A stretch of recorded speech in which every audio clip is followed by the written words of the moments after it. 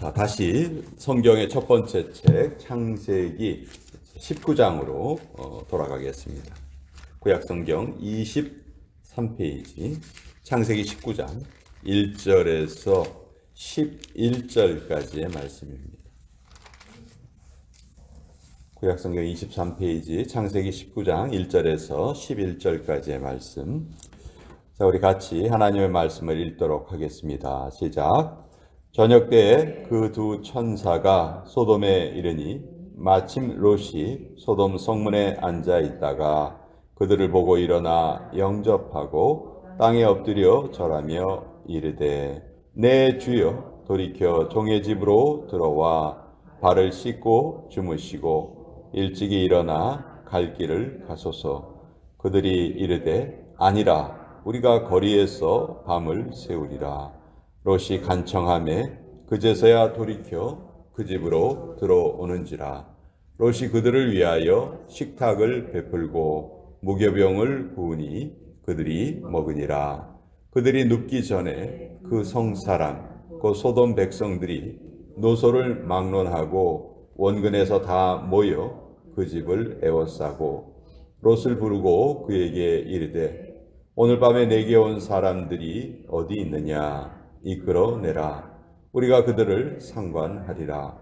롯이 문 밖에 무리에게로 나가서 뒤로 문을 닫고 이르되 청하노니 내 형제들아 이런 악을 행하지 말라. 내게 남자를 가까이 하지 아니한 두 딸이 있노라. 청하건대 내가 그들을 너희에게로 이끌어내리니 너희 눈에 좋을 대로 그들에게 행하고 이 사람들은 내 집에 들어왔은즉 이 사람들에게는 아무 일도 저지르지 말라. 그들이 이르되 너는 물러나라. 또 이르되 이자가 들어와서 거류하면서 우리의 법관이 되려 하는도다. 이제 우리가 그들보다 너를 더 헤아리라 하고 롯을 밀치며 가까이 가서 그 문을 부수려고 하는지라. 그 사람들이 손을 내밀어 롯을 집으로 끌어들이고 문을 닫고 문 밖에 무리를 대소를 막론하고 그 눈을 어둡게 하니 그들이 문을 찾느라고 헤매였더라. 하나님의 말씀입니다. 아멘.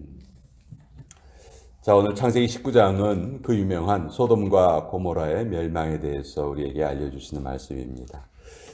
자, 소돔의 상황 정말 아무리 사람들이 악해졌다 해도 어떻게 이런 일이 있을 수 있나 지금 생각해도 도저히 이해할 수 없는 일이 4,000년 전에 일어났습니다. 자, 소돔은 겉으로 보이기에는 어떤 곳이었어요? 너무너무 풍요롭고 안락해 보이고 좋은 곳이었어요. 그래서 롯이 아브라함과 헤어질 때 이 소돔 땅을 보고 너무 좋아 보이니까 이리로 옮겨온 것이죠. 그러나 와서 보니까 겉만 번지르르 했고 정말 도덕적으로는 너무너무 타락한 곳이었어요. 수치란 말을 모르는 그런 곳이 소돔이었습니다. 여러분, 소시오패스란 말이 있고 사이코패스란 말이 있죠. 소시오패스는 반사회적 인격 장애인입니다. 자기의 성공을 위해서 수단과 방법을 가리지 않고 나쁜 짓을 저지릅니다. 그러면서 양심의 가책을 느끼지 않아요. 다른 사람을 해하면서도 그것이 잘못이라는 건 알아요. 근데 별로 나에게 내 행동을 제어하는 그런 역할을 못해요.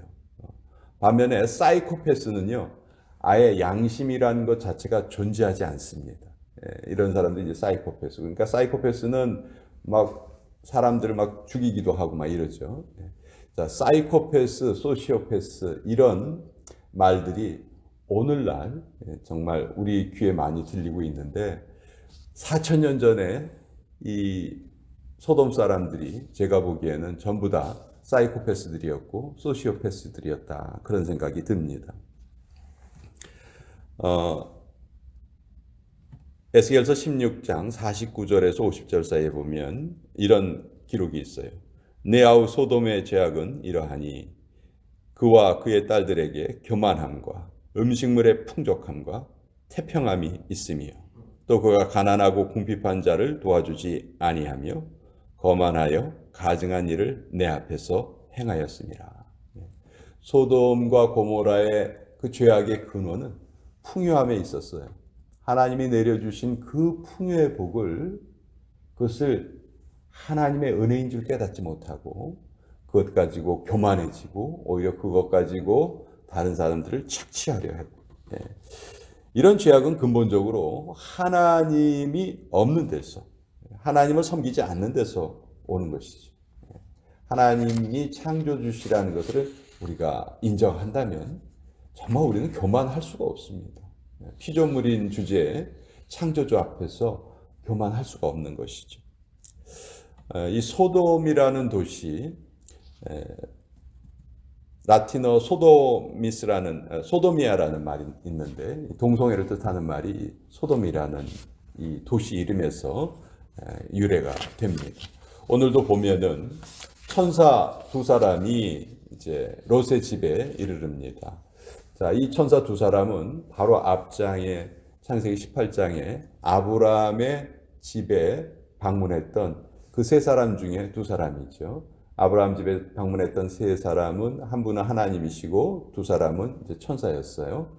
그리고 하나님께서 아브라함에게는 이 소돔 땅이 멸망당할 것을 알려주시죠. 그때 아브라함이 아주 유명한 기도를 드리잖아요. 의인 50명이 있으면 어떻게 하겠습니까? 그래서 쭉쭉쭉 내려가서 의인 10명이 있을지라도 그곳을 멸망시키지 않겠다 말씀하셨는데, 지금 이 두 천사가 소돔에 이르러 보니 이런 정말 말도 안 되는 일이 벌어진 거예요.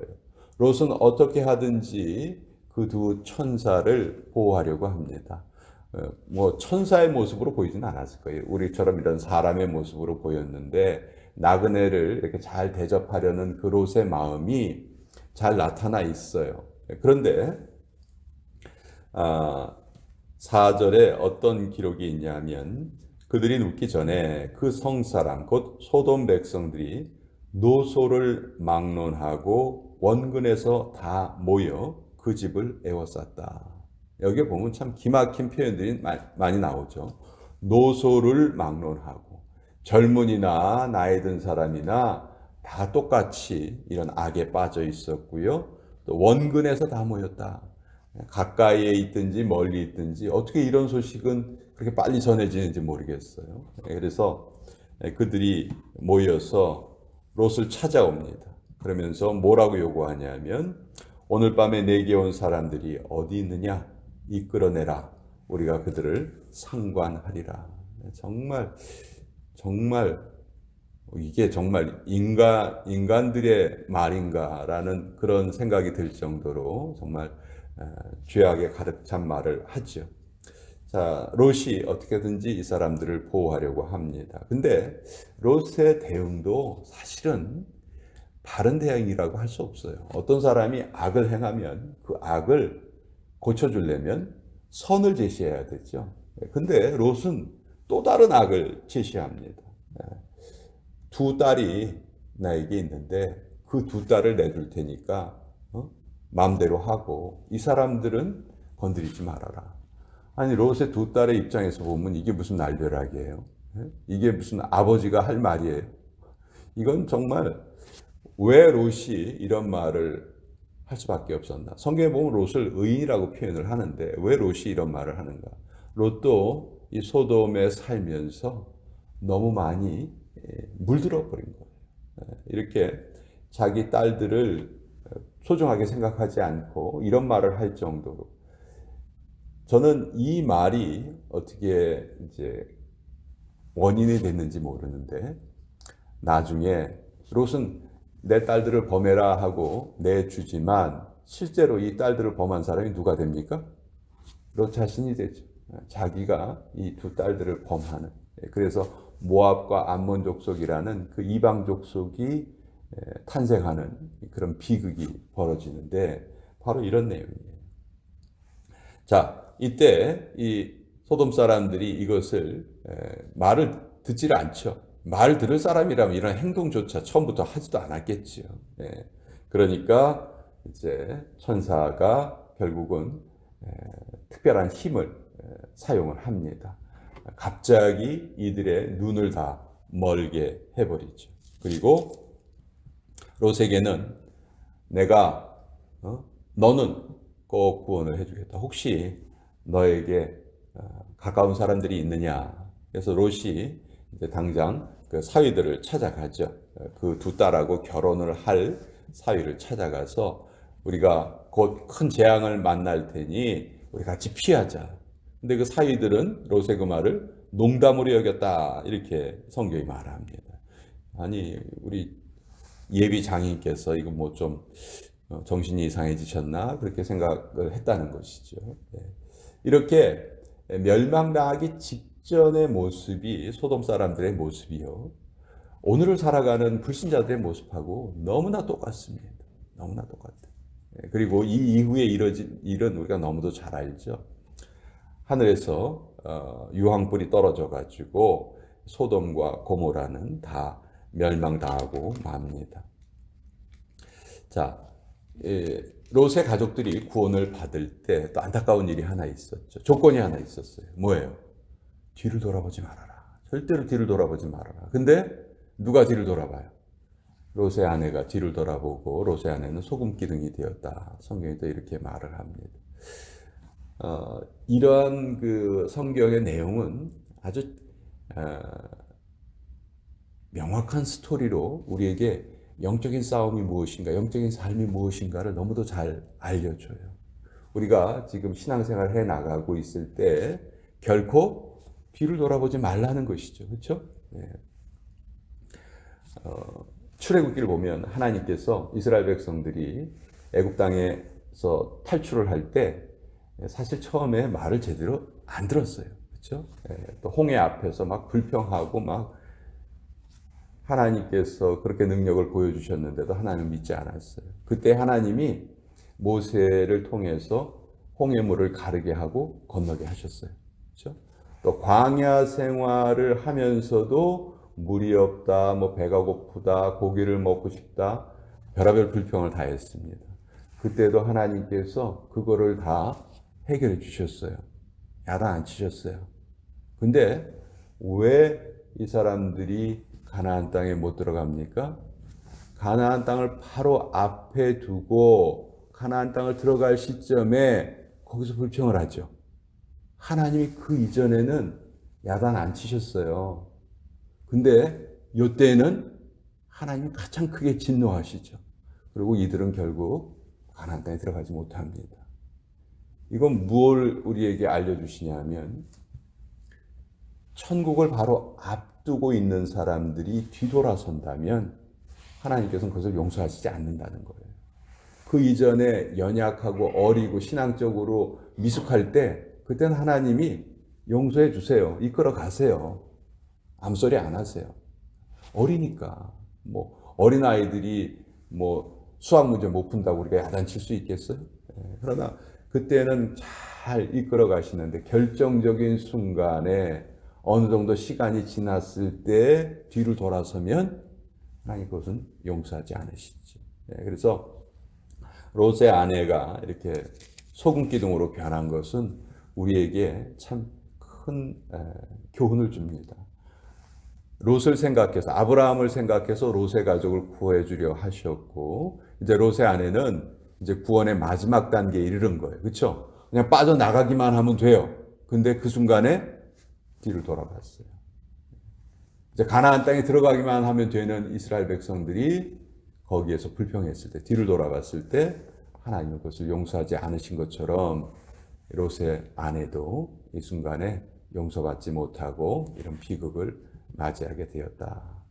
그리고 그 이후에 아까 제가 말씀드린 것처럼 롯과 두 딸만 남았는데 결국 이 두 딸들이 아버지에게 술을 마시게 하고 이제 또 자녀를 낳는. 이건 진짜 있을 수 없는 일이에요. 아니 주변에 사람들이 없으면 아브라함을 찾아갈 수도 있는 거고요. 그렇잖아요. 왜 주변에 사람들이 없다고 산속에 올라가 가지고 이런 일이 벌어졌는지, 그만큼 그 시대가 영적으로 악한 시대였고 하나님께서 결국은 멸망시키실 수밖에 없었던 상황이다. 그러나 이 소돔과 고모라의 이 사건은 앞으로 이루어질 예수님의 재림을 우리에게 미리 보여주는 예표적인 사건이에요.